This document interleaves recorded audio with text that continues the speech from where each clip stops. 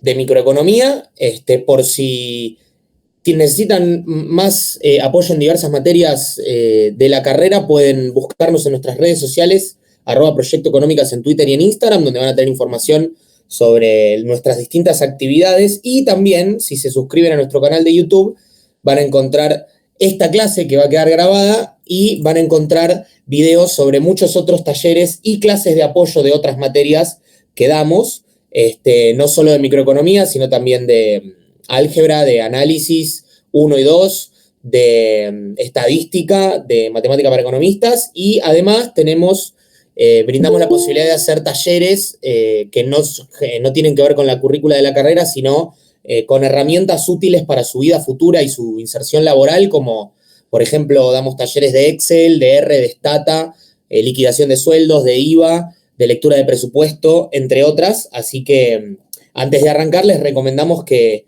nos busquen en nuestras redes y nos sigan en YouTube también, así pueden enterarse de toda la información de lo que vamos haciendo y de lo que vamos sacando al público. ¿Sí? Bueno, una vez hecho el aviso parroquial, vamos a arrancar con la clase de hoy, que es de segundo parcial de microeconomía. ¿Sí? Yo voy a arrancar dando maximización del beneficio, curvas de costos y minimización de costos, y después me va a seguir la compañera Paloma, que va a dar el resto de los temas correspondientes al segundo parcial. ¿Ok? Para arrancar, lo que voy a hacer es compartir mi pantalla y ustedes me van a decir si se ve bien. ¿Se ve bien? A ver, ¿dónde está maximización de beneficios? Ahí está. Ahí va. Por favor, díganme si se ve bien. Sí, se ve. Sí, se ve. Sí, perfecto. Bueno, entonces vamos a presentar. Ahí está. Bien. Voy a arrancar con maximización de beneficios. Este tema lo voy a dar de una forma, voy a dar un poco de teoría y después un ejercicio práctico, porque la verdad es que yo sé que acá en este meeting de hoy hay varios contadores. Yo no sé cuáles de ustedes son contadores, cuántos son economistas. Yo sé que los economistas ven la práctica, no sé bien cómo es en los contadores, pero por las dudas, aparte de dar algo de teoría, voy a presentar un ejercicio práctico paso por paso, como para que se entienda la matemática de la cuestión, ¿ok? Así que los que no tienen práctica, aguántenme 10 minutos mientras explico eso y después seguimos con el resto de los temas normalmente, ¿ok? Bien, maximización de beneficios. Primero que nada, como ya saben, los beneficios son la diferencia entre los ingresos y los costos. En eso no hay muchísima ciencia. Bueno, el empresario tiene una función de producción, para producir una cantidad determinada de bien usa diversos factores productivos. Hay factores fijos y factores variables. Los factores fijos son los que no dependen del nivel de producción, es decir que el empresario incurre en esos costos aún si decide no producir nada, y los factores variables son aquellos que dependen del nivel de producción y su cantidad varía según la cantidad deseada de producto a fabricar, ¿sí? A corto plazo actúan estos costos fijos o estos factores fijos porque no se pueden alterar, ¿sí? Por más que quieras cambiar el nivel de producción, esos costos fijos o esos factores fijos no se pueden alterar. Sin embargo, a largo plazo, el empresario puede ajustar todos los factores de producción, ¿sí? Y si, bueno, una regla muy útil para analizar, ¿sí?, la maximización de beneficios es que en el momento en el que los beneficios son máximos es en el cual el valor del producto marginal de cada factor, ¿sí?, es igual al precio de ese mismo factor, ¿sí? Que debe ser igual, a su vez, en equilibrio al precio del producto, ¿ok? O sea, el valor del producto marginal, es decir, el precio de una unidad más, debe ser igual al precio o al costo del factor productivo, ¿sí?, o al costo marginal de producir esa unidad, ¿ok? Bien, y si una empresa tiene rendimientos constantes a escala, su beneficio máximo a largo plazo debe ser lógicamente cero. ¿Por qué debe ser cero? Bueno, Porque si una empresa tiene rendimientos constantes a escala y a largo plazo presenta beneficios positivos, entonces esa empresa puede decidir duplicar su producción, ¿sí? Y va a duplicar sus beneficios. Y si duplica sus beneficios, si cuadruplica su producción con rendimientos constantes a escala, cuadruplica sus beneficios y así hasta el infinito, cosa que no ocurre. ¿Por qué? Porque una empresa competitiva, ¿sí? Si está en un mercado justamente de competencia perfecta, es decir, si no fija los precios de lo que vende, se va a empezar a enfrentar a competidores, porque si otros competidores ven que hay a largo plazo beneficios positivos, van a querer meterse en ese mercado a competir.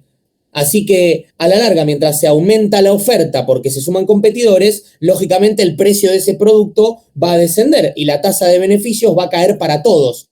Es decir, en equilibrio tenemos que llegar al punto en el que al empresario le sea indiferente aumentar su producción o mantenerse en el nivel de producción en el que está. Es decir, el beneficio máximo a largo plazo tiene que ser necesariamente cero, porque si fuera negativo produciría menos o no produciría, y si fuera positivo aumentaría su producción hasta el infinito, ¿sí? Entonces, en equilibrio y en un mercado de competencia perfecta, con rendimientos constantes a escala, esto es importante, ¿sí? El beneficio máximo a largo plazo del empresario que produce debe ser cero, ¿sí? Eso marca el equilibrio, ¿ok?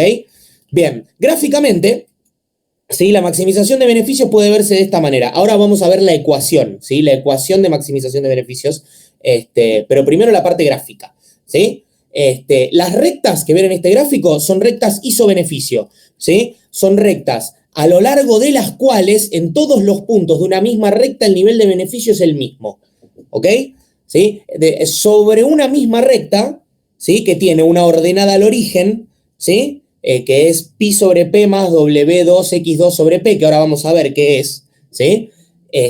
A lo largo de todos los puntos de una misma recta, el beneficio del empresario es el mismo. Entonces, el equilibrio se obtiene en el punto en el cual la función de producción, ¿sí? Que se determina por I, que es el nivel de producción del bien, como función de el factor 1 y el factor 2, ¿sí?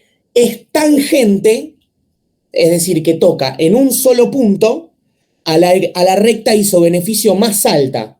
¿Qué quiere decir? Que la función de producción llega al punto en el que el beneficio del empresario es el máximo posible, ¿sí? Dentro de la función de producción que tiene, o sea, dentro de lo que el empresario puede producir, el equilibrio va a ser sobre el gráfico en el cual la función de esa de producción que determina cuánto puede producir el empresario toca tangencialmente la recta isobeneficio más alta posible, ¿sí? La pendiente de la recta isobeneficio, en este caso tenemos el eje de las abscisas es x1, o sea, el factor 1, que en este caso vamos a llamarlo el factor variable, ¿sí? O el costo variable o el factor de producción variable, que es el que depende de la cantidad producida. Vieron que el x2 tiene el sombrerito o la rayita arriba. Bueno, eso quiere decir que es el factor fijo, ¿sí? Es decir, la pendiente de esta recta isobeneficio es W1, que es el costo del factor 1, sobre P, que es el precio del bien que se va a producir, ¿ok? Entonces, nosotros tenemos diversas rectas posibles con distintas ordenadas al origen, con la misma pendiente, pero con distintas ordenadas al origen, y el equilibrio en este gráfico es el punto tangencial entre la función de producción y la recta isobeneficio más alta, ¿ok? Entonces, esta es la ecuación de la maximización del beneficio, o sea, la cantidad producida T es igual a pi, que es el nivel de beneficio, sobre P, más W2x2 sobre P. W2 es el costo del factor 2 sobre el precio, más el costo del factor 1 sobre el precio por la cantidad utilizada del factor 1, ¿ok? Esta es la ecuación algebraica, yo no sé si la ven o no la ven, pero acá se las dejo, para la función, para la maximización del beneficio. La ordenada al origen es todo lo que no depende de x1, porque el eje de las abscisas es x1, que es el factor variable, ¿sí? Digamos. Y el eje de las ordenadas es la cantidad producida, ¿sí? O sea, I, ¿ok? Que en este caso depende del factor variable, ¿ok? Entonces, ¿qué pasa? Cuando el costo del factor 1, ¿sí? O sea, del factor variable, cuando W1 aumenta, ¿sí? La recta se hace más empinada, ¿sí? La recta se hace más empinada en vertical. Entonces, el punto de equilibrio va a tener un beneficio y una cantidad del factor más bajas, ¿sí? Ahora bien, si el costo del factor 1 desciende, la recta se hace más horizontal, ¿sí? Más aplanada. Entonces, el punto de equilibrio va a tener unos valores de X1 y de Y más altos y por ende un nivel de beneficio más alto también, ¿ok? Al revés pasa con el precio del producto, pasa exactamente al revés, porque como la pendiente de la recta es W1 sobre P, ¿sí? Cuando baja P, la recta se empina hacia arriba y cuando sube P, la recta se aplana, ¿sí? Y cuando la recta se aplana, los beneficios en equilibrio y la cantidad utilizada del factor son más altas, ¿sí? Que si la recta fuera más empinada, ¿se entiende? Acá se ve bien gráficamente, capaz yo me mezclo mucho para explicarlo, pero gráficamente se ve, ¿sí? Bien, esta parte la vamos a hacer práctica, no sé si la ven o no, insisto, pero voy a tomarme 10 minutos para explicarla paso por paso, porque es lo típico, o por lo menos lo que a mí me tomaron en su momento cuando rendí esta materia, y lo típico que siguen tomando hoy en día en Micro 1 para economistas, que es la maximización del beneficio de una función de producción Cobb-Douglas, ¿sí? Acá tenemos la función de producción Cobb-Douglas, que en este caso es x1 a la 0,5 por x2 a la 0,25. P es el precio del factor 1, no, perdón, P es el precio del producto, W1 es el precio del factor 1, W2 es el precio del factor 2, ¿sí? Lo que hay que hacer primero es escribir las ecuaciones de maximización del beneficio y resolver el sistema que te queda de dos ecuaciones con dos incógnitas, ¿ok? Y determinar las cantidades de los factores que va a utilizar esta empresa o esta firma para producir el bien, ¿ok? Entonces, primero, tenemos la función Cobb-Douglas con rendimientos decrecientes a escala. ¿Cómo nos damos cuenta que son rendimientos decrecientes a escala? Bueno, porque la suma de los exponentes te da menor que 1. Cuando la suma de los exponentes da menor que 1, quiere decir que cuando uno aumenta la cantidad de los factores, ¿sí? Cuando vos aumentás la cantidad de los factores, va a aumentar el producto menos que proporcionalmente, ¿sí? Entonces los rendimientos a escala son decrecientes, ¿ok? Bien, para maximizar los beneficios, para escribir la ecuación de maximización de beneficios, lo que tenemos que hacer es ingresos menos costos. ¿El ingreso qué es? P por Q, o P por I en este caso. I sería la cantidad del bien producido. Entonces, P por I, que es igual a esto, menos los costos. ¿Qué son los costos? La cantidad de los factores a utilizar multiplicados por sus precios, ¿sí? Ingresos menos costos. Esta es la ecuación de maximización de beneficio. Ahora bien, ¿cómo llegamos a la cantidad óptima de factores productivos X1 y X2? ¿Sí? Bueno, lo que vamos a hacer es establecer las condiciones de primer orden. ¿Cuáles son esas condiciones? Bueno, que el producto marginal, ¿sí?, de una unidad más de cada factor tiene que ser igual al costo del mismo. Es decir, lo que te sale una unidad más de ese factor productivo tiene que ser igual al valor de lo que produce, ¿sí?, una unidad más de ese factor, ¿ok? Entonces, si el precio o el valor, en este caso, del producto marginal de X1 tiene que ser igual al precio de X1 en equilibrio. Lo mismo con X2, ¿ok? En este caso, ¿cuál es el producto marginal? Bueno, la derivada de... Si nosotros derivamos esta ecuación y la igualamos a 0, vamos a llegar a esta condición de primer orden, ¿sí?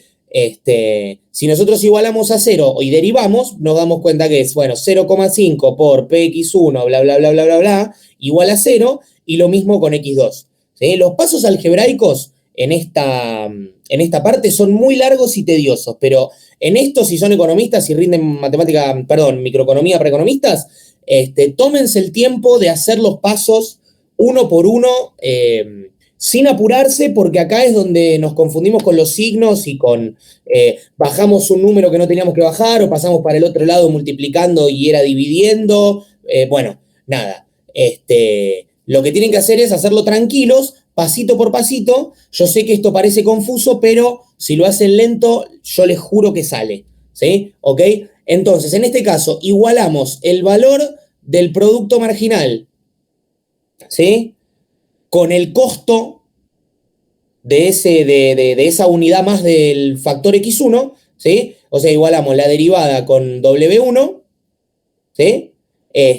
O sea, pasamos W1, que acá estaba restando, la pasamos sumando, hacemos todos los pasos algebraicos para despejarla, ¿sí? Despejamos X1, X1 asterisco quiere decir X1 óptimo, y nos va a dar esta expresión, ¿sí? Ven que esta expresión depende de P, que es el precio del producto, depende de W1, que es el precio de X1, y depende de la cantidad del segundo factor, ¿ok?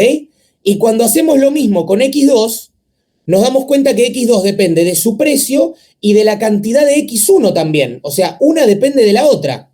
Entonces, lo que tenemos que hacer, como dice acá, es obtener X1 y X2 también, ¿no? Pero digo, acá en este caso, X1 en función de P, de W1 y de W2. ¿Por qué de estas tres? Porque estos son los valores dados, ¿sí? X1 y X2 son variables. Estos datos, el precio y los costos de los factores, son números dados. Entonces tenemos que obtener X1 y X2 en función de estas tres variables, o de estas tres, perdón, de estos tres valores, ¿ok?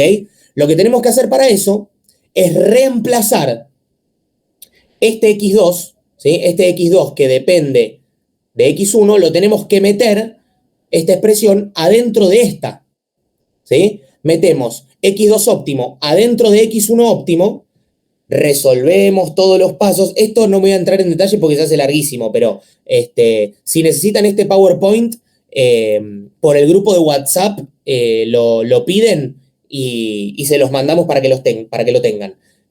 Así ven todos los pasos detenidamente. Pero metemos este X2 óptimo adentro del X1 óptimo, resolvemos los pasos algebraicos uno por uno, tranquilos, multiplicando con la calculadora, pasando los exponentes, bla, bla, bla, bla, bla, bla, y nos va a quedar X1 en función de P, de W1 y de W2. Acá yo lo hice con decimales, pero esto es igual a un 32avo, ¿sí? O sea, para que queden fracciones lo pasé a fracciones, pero si lo hacen con decimales también está bien. Y una vez que tenemos este X1 óptimo, que no depende de X2, sino que depende del precio del producto y de los costos de los factores, reemplazamos eso de vuelta en X2, ¿sí?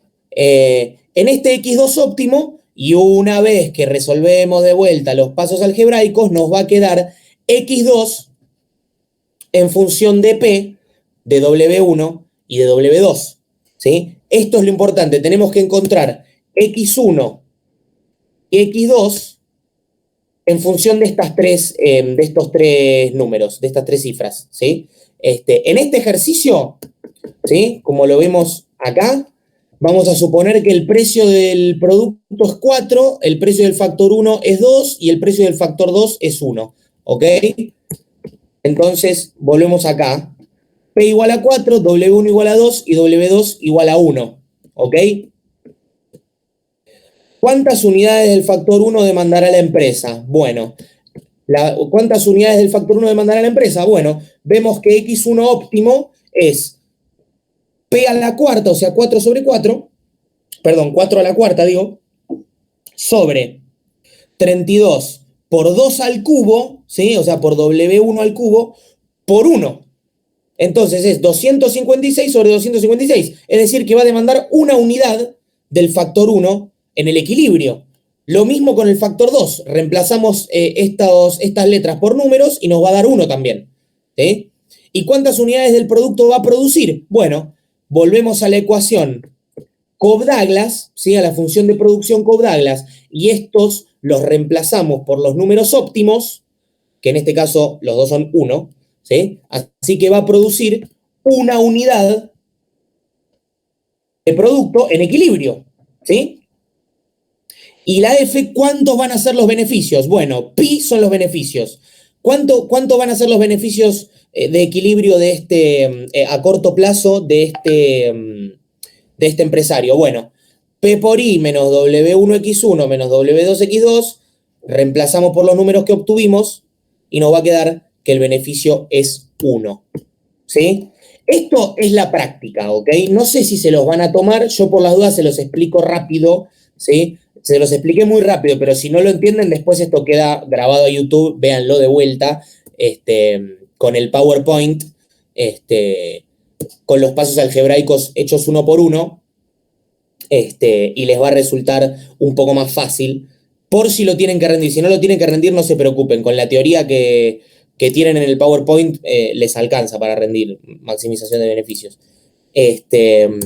Después, curvas de costos, acá sí hay más teoría, ¿sí? Acá hay más teoría, menos práctica, así que vamos, esto tiene más parte gráfica sobre todo, porque son curvas y les van a hacer probablemente representar en el gráfico las distintas curvas de costos.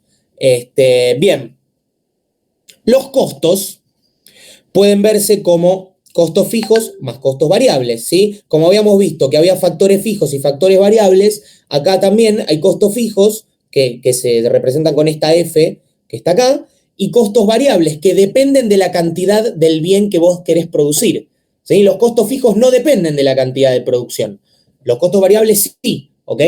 Y como los costos medios son los costos por unidad de producción, ¿sí? Se pueden dividir en costo variable medio y costo fijo medio, ¿sí? El costo fijo medio es siempre igual, el costo variable medio se va moviendo, el costo fijo medio va descendiendo a medida que aumenta la cantidad producida, porque el costo fijo es un número fijo, entonces si vos aumentás la I, va descendiendo el costo fijo medio, ¿ok?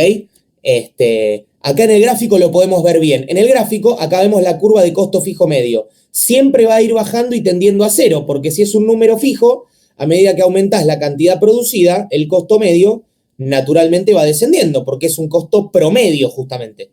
Entonces, el costo variable medio, ¿sí? Podemos decir que al principio puede llegar a descender un poquito el costo variable medio, pero a la larga siempre va subiendo, ¿sí? Porque depende de la cantidad producida. Entonces, si vos producís cada vez más, cada vez te va a costar más. Entonces, cuando juntamos estas dos y hacemos el costo medio total, vamos a ver que el gráfico nos va a quedar idealmente en forma de U. ¿Por qué? Porque si sumamos los efectos de la caída del costo fijo y la subida del costo variable, el gráfico nos va a quedar como una especie de parábola, ¿ok? Así se representa normalmente en microeconomía el costo medio. Capaz hay gráficos, depende de la función, que tengan otras formas, pero el ideal, el arquetipo de la función de costo medio se representa así, con esta U, que suma los dos efectos del costo fijo y del costo variable, ¿sí?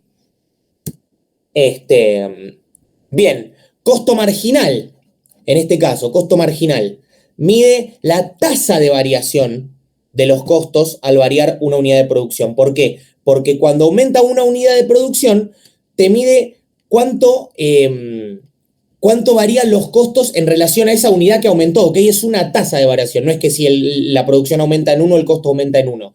Te mide cuánto aumenta el costo en relación a esa unidad más de producción que querés producir. Es una tasa de variación, porque es una división entre el aumento del costo variable, ¿sí?, de esa unidad y el aumento de la variación de la producción del bien que vos querés producir, ¿ok? Suena medio confuso, pero algebraicamente se entiende. ¿Esto qué es? Es el aumento del... el costo variable de la producción original más la variación, menos el costo variable de la producción original, ¿sí? Lo que te mide el costo variable solamente de la variación, ¿sí?, de esto, ¿ok? Dividido la variación de la producción de ese bien, ¿ok? Esto es el costo marginal. Ahora lo vamos a ver en el gráfico, ¿ok? Gráficamente el costo marginal se grafica así, ¿sí? Como dijimos que los costos variables medios al principio pueden bajar, pero después a la larga tienden a subir, ¿sí? En el momento en el que el costo variable medio está bajando, ¿sí?, el costo marginal sí o sí tiene que estar por debajo de esa curva de costo variable medio, ¿ok? ¿Por qué? Porque si el costo variable medio es un promedio, ¿sí?, para vos bajar un promedio, lo que tenés que hacer es sumarle números menores. Si vos le sumás números menores a un promedio, lo que haces es bajarlo. Entonces, en la parte del gráfico, donde el costo variable medio desciende, el costo marginal es inferior. Ahora bien, el costo marginal va a cruzar, se va a topar con la curva de costo variable medio en el mínimo, ¿sí? En el mínimo posible, ¿ok? Y en la curva de costo medio total también va a ser en el mínimo, ¿sí? La curva de costo marginal va a cruzar a las dos curvas de costo medio, tanto la variable como la total, las va a cruzar en el punto mínimo, ¿ok? Y una vez que lo supera, ¿sí? Una vez que el costo marginal se hace superior a los costos medios empiezan a subir, ¿sí? ¿Por qué? Porque el costo de una unidad más de producción, ¿sí? Va a ser mayor, ¿sí? Al promedio, por eso el promedio va a empezar a subir, ¿sí? Porque si vos tenés un costo por unidad de producción, pero producir una unidad más te cuesta más que ese promedio, entonces el promedio, a medida que aumentas la producción, va a ir subiendo, ¿ok? Esto es lógica pura, pero es bastante útil, ¿sí? A la hora de acordarse cómo graficar, ¿ok? Si los costos medios son crecientes, los costos marginales deben ser mayores, ¿ok? Ahora bien, esto no es tan obvio.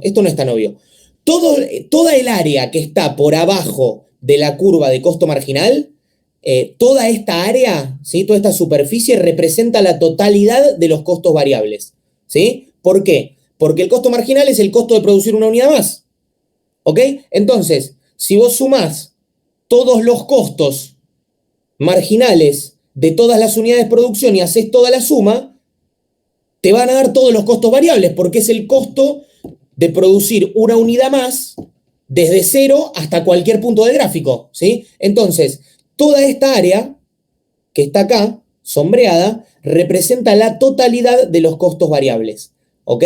Todos los rectángulos, entre comillas, que se forman, ¿sí? Acá, que son imaginarios, ¿sí? Yo lo estoy haciendo con el mouse, pero son imaginarios.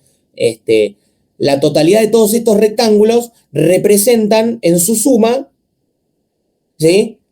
Todos los costos variables de la producción, ¿sí? Bien. Ahora, si nosotros tenemos dos fábricas, ¿sí? O una empresa que tiene dos plantas, ¿no? Que producen el mismo bien, ¿sí?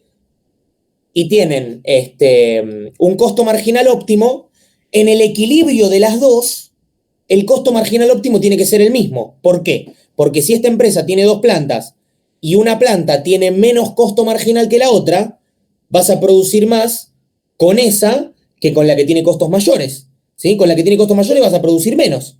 Ahora bien, si vos producís más con la que tiene menos costos marginales, el costo marginal va a aumentar. Y así hasta llegar al equilibrio en el que el empresario tiene que ser indiferente a producir en una planta o en otra planta. Esto quiere decir que la C que está acá, la ordenada al origen de estos gráficos, tiene que tener el mismo valor, tanto para la empresa 1 o la empresa A, como para la empresa B, como para la suma de las dos, ¿sí? La suma de las dos tiene que tener el mismo costo marginal, que va a ser el costo marginal de equilibrio, ¿sí? Que, insisto, es el costo que hace que el empresario sea indiferente de producir en una planta o en otra planta, ¿ok?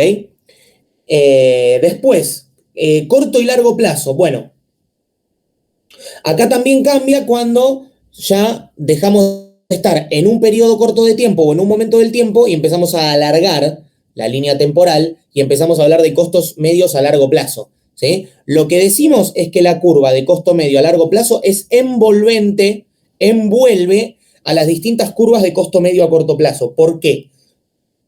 ¿Por qué? Bueno, porque si vos tenés una curva de costo medio a corto plazo, ¿sí? Esto quiere decir que esta curva de costo medio a corto plazo tiene una cantidad óptima de producción y una cantidad fija de un factor, ¿sí? Hay una cantidad de un factor que fija a corto plazo. Ahora bien, a largo plazo, si vos querés producir la misma cantidad de producción a largo plazo, asumiendo que ceteris paribus, ¿sí? Que todo el resto de las variables se mantiene constante, a largo plazo, si vos querés producir la misma cantidad, vas a tener que dejar fija la cantidad de ese factor, ¿sí? Por más que la puedas ajustar a largo plazo, si vos querés producir la misma cantidad, la vas a dejar igual, esa cantidad de factor fijo, ¿ok? Entonces, el equilibrio va a ser donde la curva de costo medio a largo plazo toque tangencialmente la curva de costo medio a corto plazo, ¿sí? Porque la cantidad de equilibrio va a ser la misma para una y para la otra.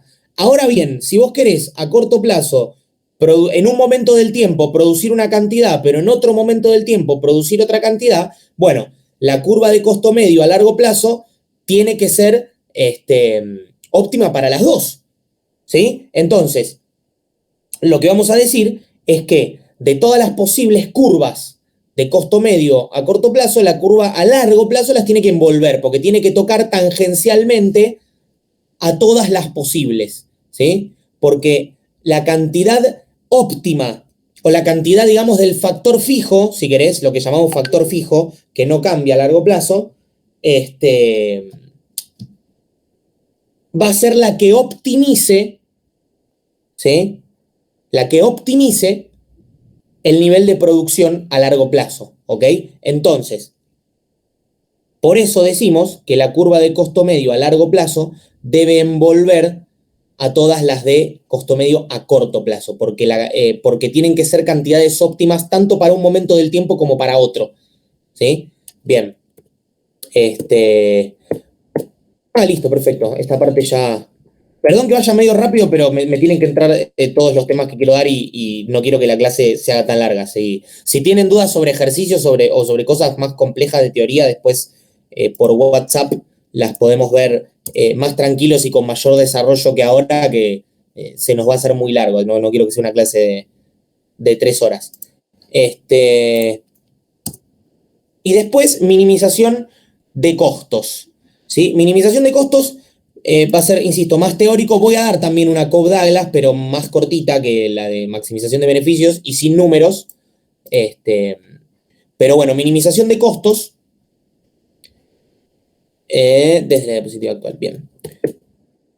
Como vemos que la empresa maximiza sus beneficios, ¿sí? Y decide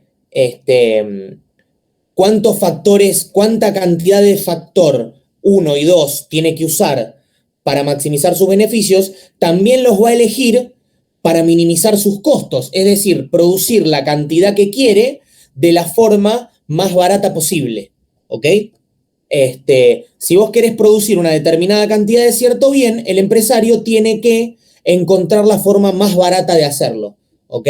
Entonces, para resolver el problema de minimización de costos, vamos a decir que tenemos una función de minimización sujeta a una restricción. ¿Cuál es la restricción? Bueno, la cantidad que querés producir, ¿sí? La cantidad deseada de producción va a ser la condición, ¿sí?, para minimizar esos costos. Vos vas a basarte en la cantidad de bienes que querés fabricar y vas a tratar de hacerlo de la forma más barata que puedas, ¿ok? Y para eso tenés que elegir cuánto vas a usar del factor 1 y cuánto vas a usar del factor 2, ¿ok? Entonces, como vimos que las rectas isobeneficio, ahora voy a levantar un poquito esto, a ver si, para que entre y no se me chingue tanto. Ahí va. Ahí está. Ahí va. Bien. Como vimos que para la maximización de beneficios había rectas isobeneficio, acá hay rectas isocoste, ¿sí? Las rectas isocoste parten de la función de costos que es esta, W1x1 más W2x2 es igual a C, ¿sí? C es la cantidad, el costo total, digamos, el costo total de producir una determinada cantidad de bienes, ¿ok? Ahora, si despejamos x2 como la variable dependiente y x1 como la variable independiente, ¿sí?, vamos a ver que la recta nos queda de esta manera. C sobre W2 es la ordenada al origen y la pendiente es menos W1 sobre W2. ¿Sí? Esta es la pendiente de la recta de isocoste, ¿sí? Todos los puntos que pasan por esta recta tienen el mismo nivel de costo total, ¿ok? Te cuesta lo mismo producir en un punto de la recta como en otro, ¿sí? Y como vimos que la función de producción tiene que ser tangencial tenía que ser tangencial a la recta isobeneficio, también tiene que ser tangencial a la recta de isocosto, ¿sí? Tenés que tener la menor recta posible, o sea, la recta de costos más baja posible, que sea tangencial a la función de producción. O sea, vos tenés que producir lo máximo que puedas con el mínimo coste, posible, ¿ok? En este caso, x1 asterisco y x2 asterisco marcan las cantidades de factor óptimo 1 y 2, ¿sí? Y como vemos, esta es la relación de precios de los factores se iguala a la tasa marginal de sustitución. ¿Qué es la tasa marginal de sustitución? Bueno, la tasa marginal de sustitución o la tasa marginal de sustitución técnica, si se quiere, en realidad es la tasa marginal de sustitución técnica. Lo voy a poner acá. Ahí va.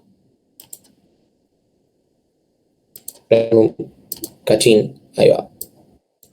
Tasa marginal de sustitución técnica es a cuánto, para mantener el mismo nivel de producción, a cuánto de un factor tenés que renunciar para usar un poquito más del otro. Si vos querés usar un poquito más de X1, bueno, la tasa marginal de sustitución técnica te indica cuánto menos de X2 tenés que usar para mantener el mismo nivel de producción. ¿Sí? Esa es la tasa marginal de sustitución técnica. ¿A cuánto de un factor renunciás para usar un poco más del otro, manteniendo el mismo nivel de producción? Eso, en el equilibrio, se tiene que igualar a la relación de precios de los factores, ¿sí? A menos W1 sobre W2. Esto se iguala en el óptimo, ¿ok? Entonces, esta forma de escribir la cantidad o la demanda de X1 se llama demanda condicionada. ¿Por qué? Porque depende de el precio del factor 1, del precio del factor 2 y del nivel deseado de producción, ¿sí? Depende de estas tres cosas, ¿ok? Por ejemplo, si el factor 1 y el factor 2 fueran sustitutos perfectos, la función de costos sería W1i o W2i, el más barato, porque si los dos podés usar tanto uno como el otro, porque son sustitutos perfectos, vas a usar el más barato, ¿ok? Si la función de costos, si los factores fueran sustitutos perfectos, sería W1i o W2i, cual fuera más barato de los dos. Y si fueran complementarios perfectos, es decir, que necesitas la misma cantidad de uno que del otro, la función de costos sería de la siguiente manera: W1i más W2i, ¿sí? Si los bienes son complementarios perfectos, ¿ok? Ahora bien, la más típica que se toma en microeconomía es la función Cobb-Douglas, como siempre, ¿sí? Que es esta, ¿ok?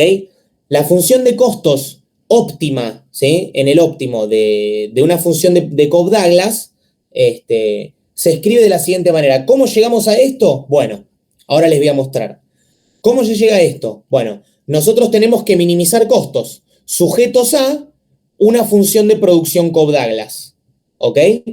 La función de producción Cobb-Douglas es esta, ahora sin número ya, ¿sí? Y hay que minimizar los costos, ¿ok? Entonces, ¿qué vamos a hacer? Vamos a armar un lagrangiano, ¿sí? Vamos a armar este lagrangiano, W1x1 más W2x2 menos lambda por la función de producción, ¿sí? La función de producción menos la cantidad a producir, ¿sí? Este es el lagrangiano que se arma normalmente, y tenemos las condiciones de primer orden, ¿sí?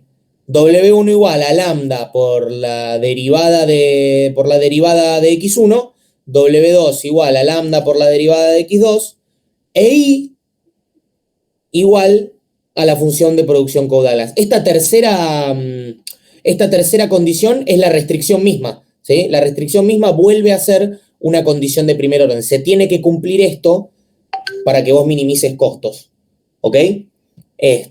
Bien.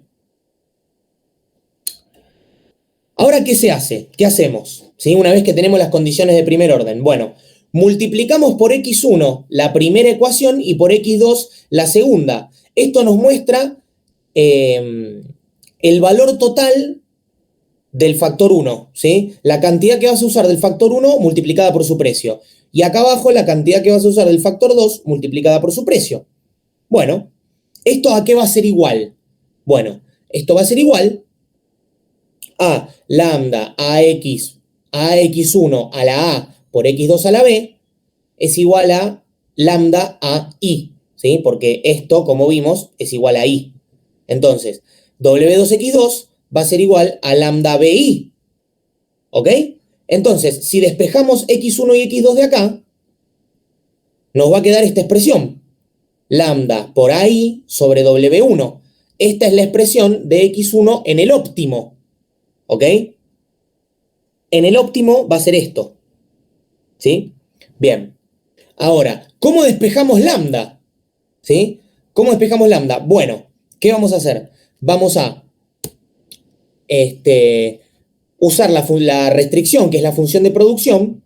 Vamos a insertar los x1 y x2 que despejamos antes, ¿sí? Lambda por ahí sobre w1 a la a por lambda bi sobre w2 a la b es igual a i, ¿ok?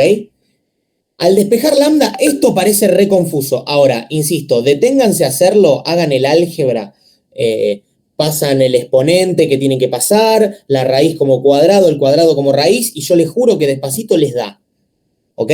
Esto da así. Lambda es igual a la menos a por b a la menos b, por w1 a la a, por w2 a la b, por i a la 1 menos a menos b, todo esto a la 1 sobre a más b. Esto parece muy confuso, pero si son economistas muy probablemente se los tomen. Pasito a pasito les juro que esto da. Bien. Ahora, si tenemos que x1, ¿sí?, es igual a esto, a lambda por ahí sobre w1, bueno, reemplazamos lambda en esa expresión, ¿sí? Reemplazamos lambda en esa expresión que encontramos en este paso, y una vez que hacen todo el álgebra, les juro que queda esto, ¿sí? Después les paso el PowerPoint de vuelta para que lo vean, y si necesitan una foto, yo tengo una foto de cómo hice esto paso por paso. Si la necesitan, por WhatsApp la piden, y se las mandamos, ¿sí? Pero esto es el álgebra de los pasos. Reemplazamos ese lambda en esta expresión y en esta también, y despejamos y nos queda a sobre b a la b sobre a más b, bla, bla, bla, bla, bla, bla, bla, bla, y lo mismo para x2, ¿sí? Entonces, la función de costos es esta, w1x1 más w2x2. Bueno, reemplazamos los óptimos que conseguimos acá, ¿sí? Y nos va a quedar algo parecido a esto, ¿ok? Vieron que acá yo les puse que la función óptima era esta. Bueno, todo esto es igual acá, ¿ok? Todo esto es igual acá, y esta expresión es la que corresponde a una función de costos óptima para una función de producción Cobb-Douglas. Esto parece un poco confuso, pero véanlo detenidamente, paso por paso, insisto, y juro que sale, ¿ok? Bien, rendimientos a escala. Como vimos en las curvas de costos y en maximización de beneficios, vamos a hablar acá también de rendimientos a escala, ¿ok? Cuando hay rendimientos constantes a escala, ¿qué quiere decir que hay rendimientos constantes? Que si nosotros duplicamos, por ejemplo, duplicamos la cantidad de factores o duplicamos la cantidad del factor 1 y del factor 2, vamos a obtener exactamente el doble de producto. Eso es rendimientos constantes a escala. Si vos aumentás en una proporción los factores, el producto tiene que aumentar en esa misma proporción, ¿ok? Entonces, el costo medio para cualquier nivel de producción va a ser igual al costo de producir una sola unidad, ¿sí? Acá está, costo medio va a ser igual al costo de una unidad por I sobre I, ¿ok? Entonces, si los rendimientos son crecientes a escala, los costos medios van a ir disminuyendo a medida que se aumenta la producción. ¿Por qué? Porque la producción va aumentando más que proporcionalmente a la cantidad de factores que usás. Si vos duplicás los factores, capaz cuadruplicás la producción, porque hay rendimientos crecientes a escala.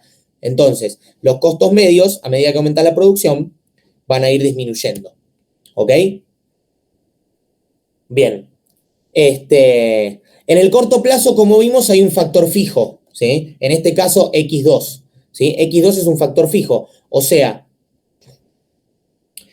este número fijo del factor 2 se va a volver una condición para el óptimo, ¿sí? Para los costos mínimos vamos a tener que minimizar la cantidad del factor 1, pero esto va a depender del número de X2 que nos den, porque este número va a ser dado, porque estamos a corto plazo. Es decir, que este factor no lo podés alterar, no lo podés cambiar. Entonces va a estar fijo, ¿sí? Entonces, acá, la demanda condicionada del factor 1, ¿sí? La demanda condicionada del factor 1 va a depender del precio del factor 1, del precio del factor 2, de la cantidad que vos querés producir y de la cantidad fija del factor fijo, ¿ok? O sea, la cantidad de X2 en este caso. Y X2 va a ser igual, bueno, a una constante, ¿no? Porque estamos en el corto plazo, ¿sí? Acordémonos. Ahora bien, en el largo plazo, todos los factores se pueden ajustar, ¿sí? El X2 pasa a ser una variable más, la cual vos podés modificar porque ya no estamos en el corto plazo, ¿sí? Ahora bien, si tenemos este factor fijo, pero estamos en el largo plazo, vamos a decir que se pueden fijar las cantidades del factor 2 en la cantidad óptima para el nivel I de producción, ¿sí? Porque para cada nivel de producción va a haber una cantidad óptima de este factor, ¿sí? Entonces vamos a fijar el factor 2 en el óptimo de largo plazo, ¿ok? ¿Cuál es ese óptimo? Bueno, lo van a encontrar cuando, o sea, primero se encuentra ese número, encontrás cuál es la cantidad óptima en el largo plazo del factor 2, y una vez que tenés eso, vamos a decir que los costos de la producción van a depender de la cantidad que quieras producir y de la cantidad óptima, ¿sí?, del factor 2 a largo plazo. ¿Bien? Ahora, costos cuasi fijos, ¿sí? ¿Qué quiere decir esto? Son costos fijos que no dependen del nivel de producción, pero solo hay que pagarlos si la empresa va a producir algo, ¿sí? Si la empresa decide no producir nada, esos costos no los tenés que pagar, ¿sí? O sea, si vos decís producir una unidad, te va a salir lo mismo que si producís 100, pero si producís 0, no vas a pagar nada de ese costo, ¿ok? No es lo mismo un costo fijo de por sí, ¿ok? Lo mismo con los costos hundidos. Los costos hundidos son un tipo de costos fijos. No son todos los costos fijos, costos hundidos o costos irrecuperables, ¿sí? Los costos hundidos son esos costos que no podés recuperar una vez que decís no producir nada. Porque, por ejemplo, vos podés vender, si vos compraste escritorios y mobiliario para una oficina y no ponés en marcha ningún negocio, no perdés toda la guita porque podés vender de vuelta eso que compraste. Ahora bien, si compraste pintura para las paredes y ya pintaste, no podés vender la pintura porque ya la usaste. Esos costos son costos hundidos porque no los podés recuperar una vez que decidís no producir, ¿ok? No todos los costos fijos son hundidos, pero todos los costos hundidos son fijos. Esa es la principal diferencia. Bueno, perfecto. No tengo más diapositivas. Les pido disculpas por la rapidez, pero no quería que se me hiciera muy largo y que fuera una clase de 3 horas, porque ahora Palo me va a suceder en esta clase. Palo, ¿estás? Sí, acá estoy. Perfecto. Palo me va a suceder en esta clase. Yo les agradezco. Si tienen alguna duda con algún ejercicio o con algo de un poco más complejo que no se pueda abordar en unos pocos minutos de clase, por WhatsApp lo pueden preguntar y lo contestamos entre todos de una forma más detallada, ¿sí? Ahora sí, Palo, todo tuyo. Bien, ¿qué tal? ¿Cómo andan? Ahora en un toque les voy a pasar por acá por el chat del Meet el grupo, el link del grupo de WhatsApp. Así nada. Obviamente cualquier duda que tengan, sepan que pueden escribir por ahí, pueden consultar. Les vamos a estar pasando los PPT que trabajamos ahora en clase. Así, nada, obviamente los pueden ver y como dijo Juan múltiples veces, cualquier duda que tengan, obviamente no duden en preguntarnos. Bien, mientras les mando esto, les cuento, yo ahora lo que voy a dar es lo último que queda de teoría del productor, que sería oferta de la empresa, la industria y distintas estructuras de mercado, que en microeconomía usualmente se ve competencia perfecta y en imperfecta se ve monopolio y algunos modelos de oligopolio. Son temas que, dependiendo de si es microeconomía para economistas o para contadores, se dan de diversas maneras. Deme un segundo. Bien. Nada, lo voy a dar más de forma teórica también para no extendernos tanto. Obviamente cualquier duda que tengan, si tienen algún ejercicio de parcial o de alguna guía, se escribir y pueden consultarnos. Bien, ¿me avisan si se ve? Porfa.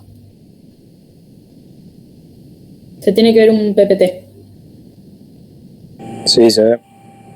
Perfecto, gracias. Bien. A ver. Un segundo. Bien. En primer lugar, oferta de la empresa. Las empresas, a la hora de decidir producir y entrar a un mercado, tienen dos restricciones. Por un lado, tecnológicas, es decir, las restricciones que le presentan su función de producción, principalmente las funciones de costos, y por otro lado tienen otra restricción que tiene que ver con las del mercado. No es lo mismo ingresar a un mercado donde la competencia es perfecta que ingresar a uno donde hay un oligopolio, por ejemplo.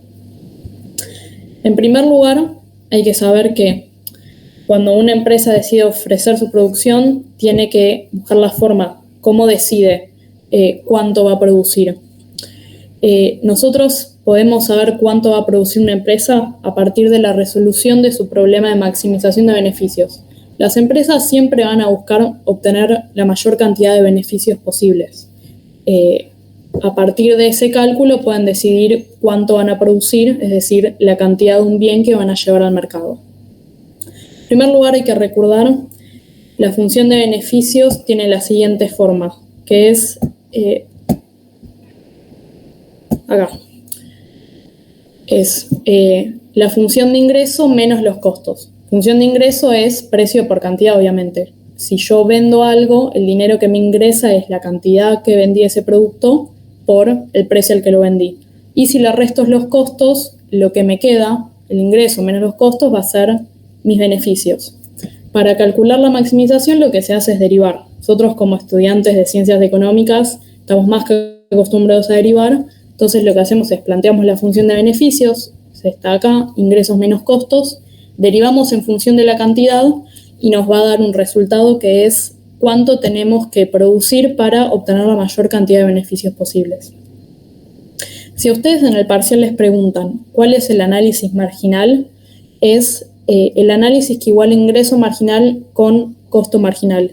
Ingreso marginal es la derivada de la función de ingreso y costo marginal la derivada de la función de costos, como les explicó Juan hace un momento.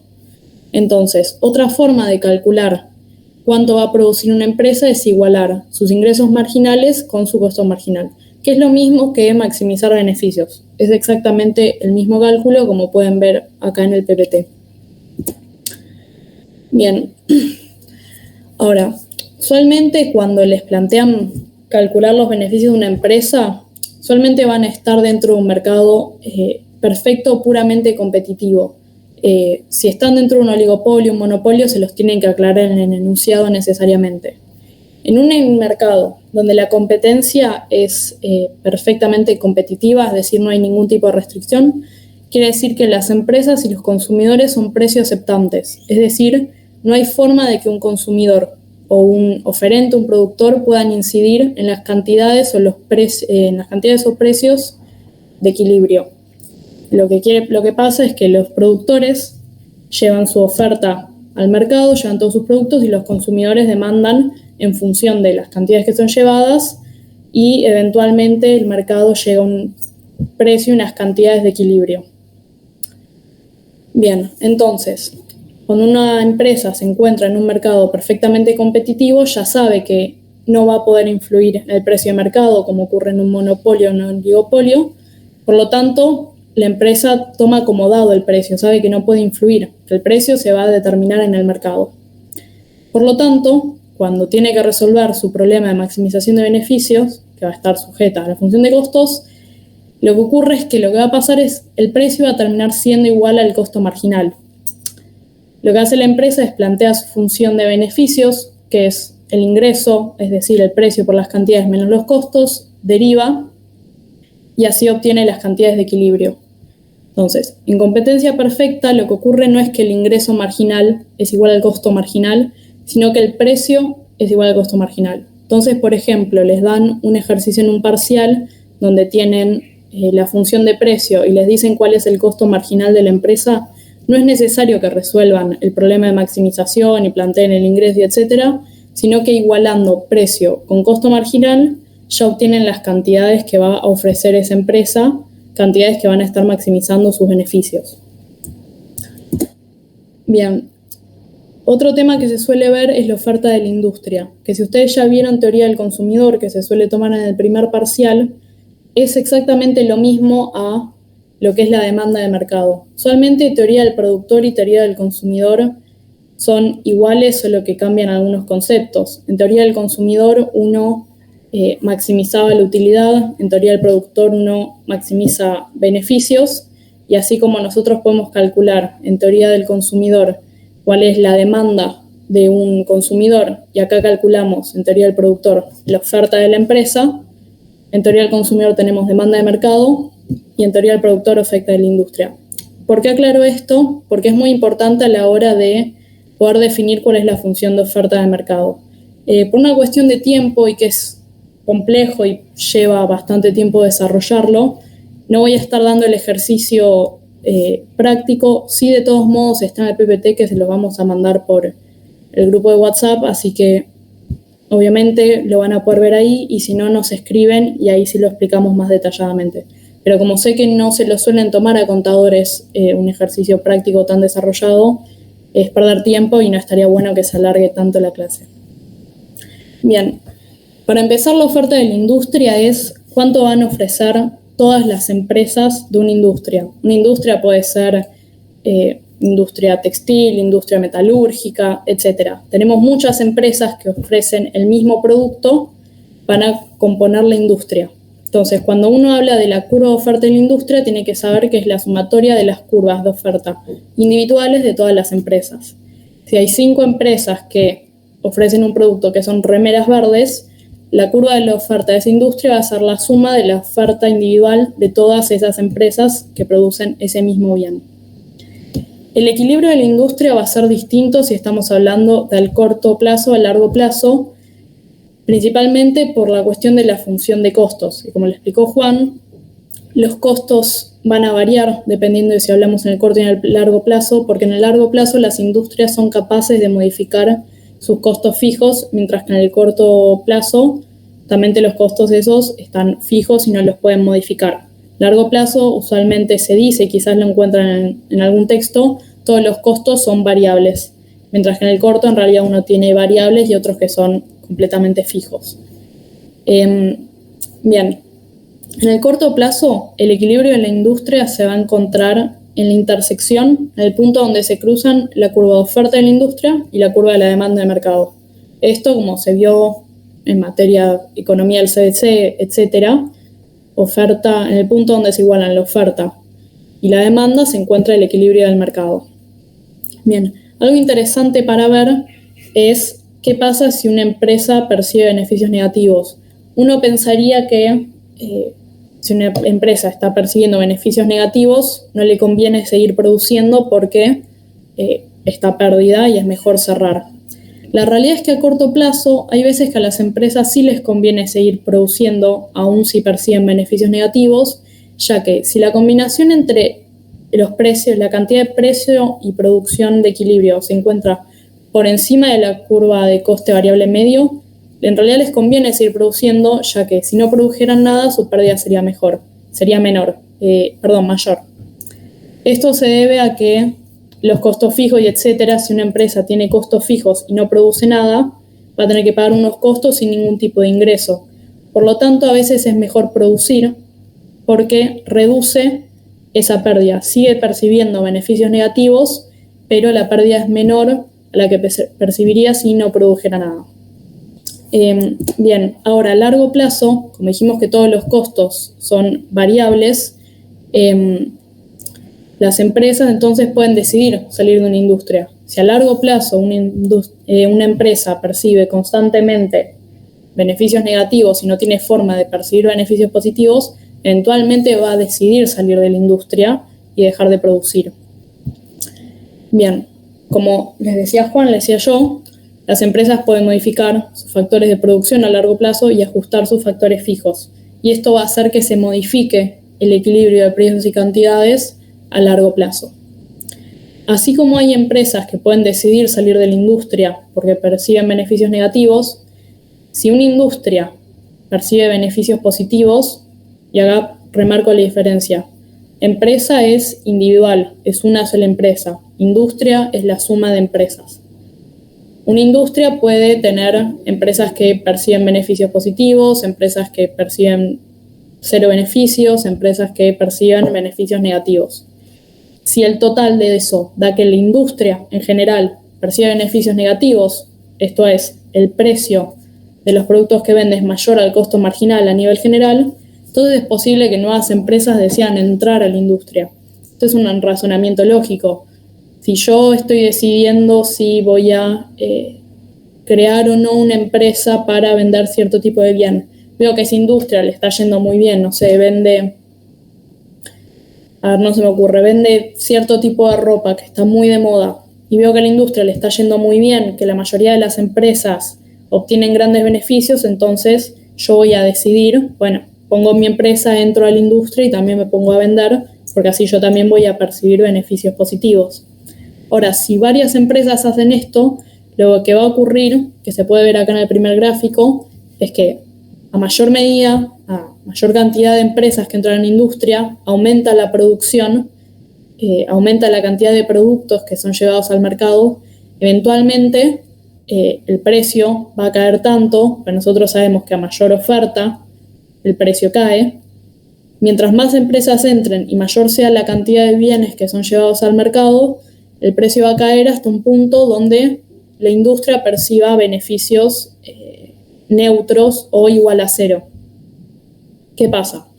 Mientras los beneficios sean cero o poquito mayores a cero, van a seguir entrando y las cantidades van a volver a subir hasta que de vuelta caigan de vuelta el precio de equilibrio.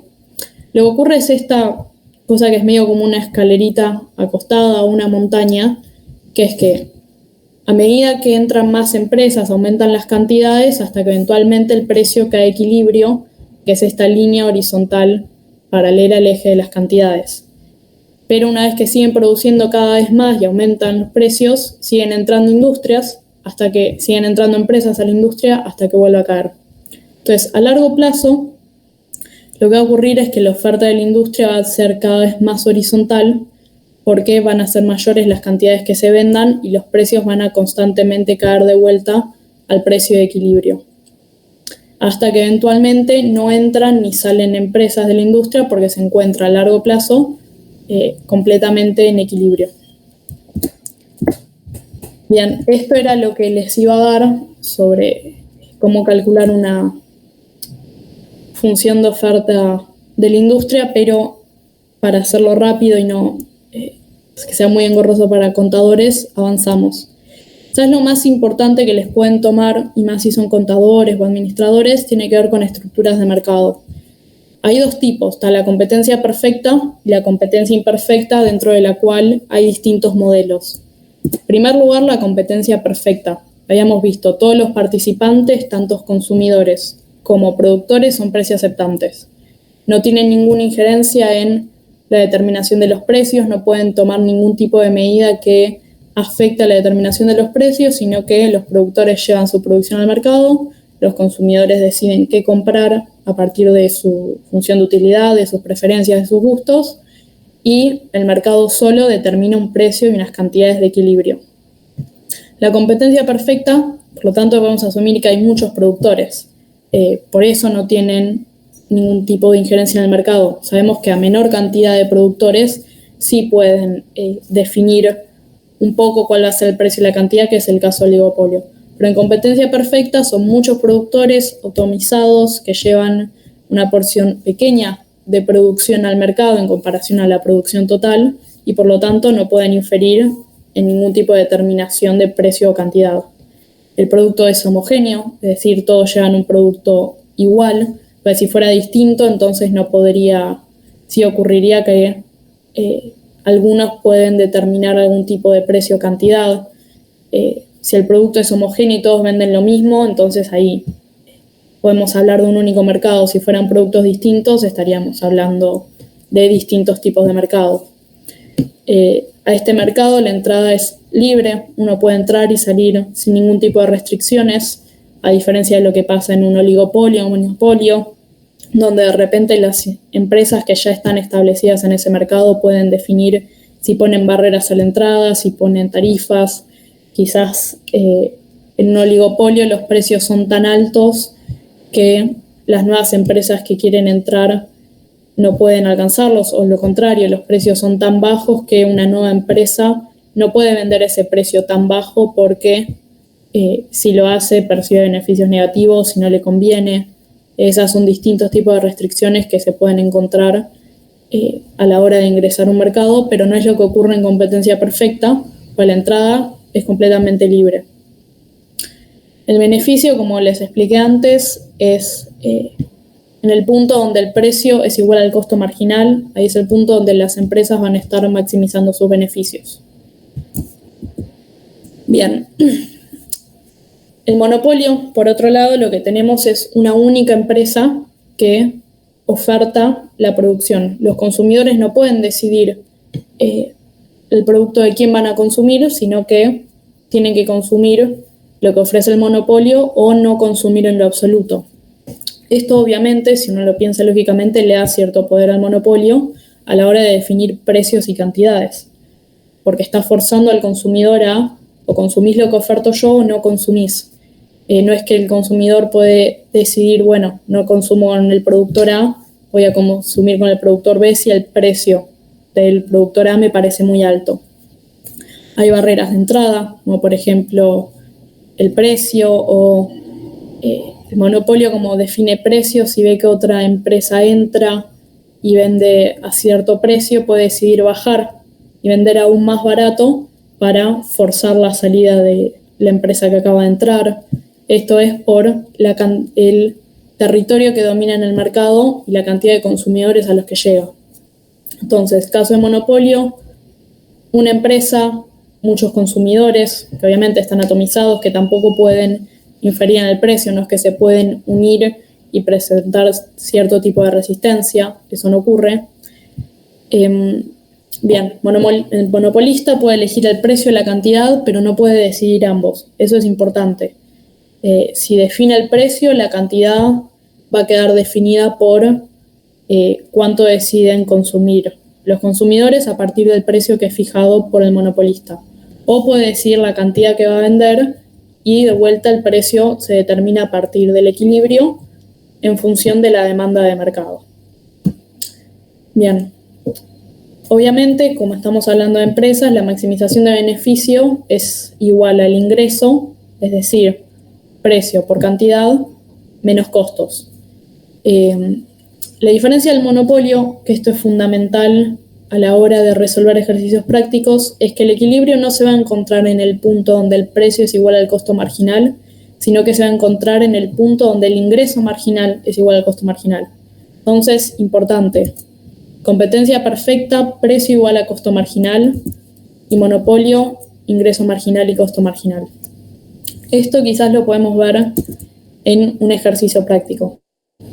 Pongamos este caso que dice: un monopolista se enfrenta a una curva inversa de demanda, P igual a 100 menos 2I, siendo I la cantidad. Como saben, cantidad puede aparecer con la letra Q o la letra I. Y este monopolista tiene un costo marginal constante de 20. Inciso A, ¿cuál es el nivel de producción que maximiza sus beneficios? ¿Y cuál es el precio que maximiza los beneficios? Entonces, producción y precio. Nosotros para calcular lo que planteamos es, bueno, primero, función de ingreso, que es P por I es igual a P, que es 100 menos 2I, por I, es igual entonces a 100I menos 2I al cuadrado. Entonces, si yo quiero calcular el ingreso marginal, lo que hago es derivar la función de ingreso, me queda 100 menos 4I. Si yo sé que el equilibrio se encuentra en ingreso marginal igual a costo marginal, entonces lo que hago es igual al ingreso marginal contra el costo marginal, que ya me lo dieron en el ejercicio, y es igual a 20, hago 100 menos 4i igual a 20, me queda que la cantidad producida es 20. Entonces, ¿cuál va a ser la cantidad que produzca este monopolista? Va a ser 20 unidades. Y después, si yo quiero calcular el precio, lo único que tengo que hacer es agarrar esta cantidad y reemplazarla en la función de precio, que me va a dar que P igual a 100 menos 2i, es decir, 100 menos 2 por 20, es igual a 60. Entonces, monopolista define o las cantidades, que son 20, y en el mercado el precio va a quedar determinado en el mercado y va a ser 60, o el monopolista puede definir que el precio va a ser 60 y los consumidores van a demandar entonces 20 unidades. Ahora, y esto quizás se los toma mucho a los economistas y le toman práctico comparar qué pasaría si esto no fuera un mercado monopolista, sino que nos encontrábamos en un mercado competitivo. Entonces pregunta, ¿cuál sería el precio óptimo si la empresa se comportara como una empresa competitiva? ¿Y cuál sería el nivel de producción en este caso? Bien, si la empresa se comportara bajo competencia perfecta, el equilibrio no se encontraría en ingreso marginal igual a costo marginal, sino que se encontraría en precio igual a costo marginal. Bien, nosotros ya sabemos que el costo marginal es de 20, el precio va a ser igual a 20. Acá ya encontramos una diferencia. Monopolio, precio igual a 60. Y en competencia perfecta, precio igual a 20. O sea, en el monopolio es 3 veces más caro el precio. Bien, y ahora que tenemos el precio de competencia perfecta, calculamos cuál va a ser el nivel de producción óptimo, que lo podemos calcular a través de la función de demanda o la función de precio, que es la misma. Si el precio es igual a 100 menos 2i, reemplazo precio, que es 20, me queda que la producción es 40. Entonces, ¿qué podemos encontrar? Que en una competencia perfecta los precios van a ser más bajos, pasamos de 60 a 20, y que la producción va a ser más alta. Antes, en el monopolio, las cantidades ofertadas eran 20 y ahora en competencia perfecta son 40. ¿Con qué nos encontramos ahora? Si los precios son más bajos y las cantidades más altas, entonces podemos hablar de que en el monopolio hay una pérdida de eficiencia. En un mercado donde hay monopolios, no va a ser un mercado eficiente, porque si fuera perfectamente competitivo, tendríamos consumidores que acceden a mayor cantidad de productos a un precio más bajo. En un monopolio lo que vamos a ver en realidad es un productor que obtiene altos beneficios porque puede fijar sea el precio o sea la cantidad, y no van a ser eficientes. Bien, puede pasar que les pidan que calculen cuál es la pérdida de eficiencia, o también conocido como excedente del consumidor. Bien, si nosotros queremos calcular el excedente del consumidor, nosotros sabemos que el excedente del consumidor es qué ocurre con la utilidad del consumidor cuando hay una variación en los precios. Si bajan los precios, entonces el consumidor va a percibir mayor utilidad, por lo tanto el excedente va a ser positivo. Si los precios aumentan, entonces va a percibir una menor utilidad, por lo tanto su excedente va a ser negativo. Si nosotros queremos calcular cuál es el excedente del consumidor o la pérdida de eficiencia de los consumidores bajo la estructura de monopolio, lo que tenemos que hacer es calcular este triángulo que tenemos acá de color naranja. ¿Cómo se calcula? Como ven, es un triángulo, entonces se puede calcular a través de integrales, obviamente. Quizás es medio complejo de forma innecesaria. Hay otra forma de calcularlo que es a través del área del triángulo, que como saben es base por altura sobre 2. En este caso lo que se calcula es la diferencia entre el precio inicial y precio final por la diferencia entre el precio inicial menos el precio final sobre 2. Precio inicial es si nos encontramos en monopolio y pasamos a... si nos encontramos bajo la función, si pasamos de un mercado en competencia perfecta a un mercado de competencia monopolística, nosotros sabemos que el excedente del consumidor o la pérdida recuperable de eficiencia va a ser negativo, porque obviamente estamos pasando a un régimen que es menos beneficioso para consumidores. Entonces, precio y cantidades iniciales van a ser de competencia perfecta, precio y cantidades finales van a ser de competencia monopolística. Reemplazamos los valores que habíamos obtenido antes en esta ecuación y vamos a obtener que en este ejercicio la pérdida recuperable de eficiencia es de menos 400. Es decir, cuando pasamos de un régimen de competencia perfecta a uno monopolístico, va a haber una pérdida de eficiencia que va a rondar los menos 400 unidades. Bien, y oligopolio, que es bastante largo, de vuelta vamos a ver teoría, que es lo más importante. Cuando hablamos de oligopolio, que es otra estructura de mercado de competencia imperfecta, estamos hablando de un mercado donde hay más de un oferente, no es monopolio, pero sin embargo son pocos. No es como antes en la competencia perfecta, que teníamos muchos oferentes atomizados que llevaban una pequeña porción de la oferta total al mercado, sino que tenemos pocos que tienen cierta injerencia en las decisiones del mercado, o sea que pueden tener una cantidad considerable de poder a la hora de definir precios o cantidades. No es como el monopolio, que puede definir de manera unilateral el precio o la cantidad, sino que pueden influir un poco en los precios de las cantidades. ¿Cuánto pueden influir y de qué forma? Va a depender del modelo de oligopolio. No todos los oligopolios son iguales, sino que tenemos varios modelos. Nosotros en microeconomía estudiamos oligopolios donde hay dos productores, o sea, vamos a estudiar duopolios. Obviamente que hay oligopolios de 3 productores, 4 productores, etcétera, pero para estudiarlo, para hacerlo de forma más sencilla, nosotros estudiamos oligopolios donde hay solo 2 productores. Hay distintas formas de competir en un oligopolio. Importante que hay que entender a la hora de estudiar oligopolios es que no estudiamos tanto qué pasa entre el productor y el consumidor, sino qué pasa, cuál es la relación entre los oligopolistas o los productores, porque la competencia entre ellos va a hacer que la definición de precios y cantidades sea distinta. En los oligopolios se puede competir de distintas formas. Puede ser a la Carnot, a la Bertrand, a la Stackelberg, o pueden decidir los oligopolistas cooperar, que también es conocido como coludir. En primer lugar, hay que saber que tenemos por un lado los modelos que son simultáneos y por otro los que son dinámicos o conocidos como líder-seguidor. Los modelos simultáneos, los 2 productores van a decidir el precio o la cantidad en el mismo momento. Es decir, si yo soy uno de los 2 productores, voy a definir mi precio o mi cantidad sin saber cuánto está produciendo el otro. No es que el otro decidió antes que yo, sino que lo hacemos al mismo momento. Dependiendo de si se definen precios o cantidades, el modelo va a ser a la Carnot, a la Bertrand. La Bertrand, los oferentes compiten por precios. Entonces, Bertrand se definen precios, los oligopolistas deciden cuál va a ser el precio que van a fijar y la cantidad se define en el mercado y lo deciden en simultáneo, es decir, sin ver antes qué eligió el otro productor.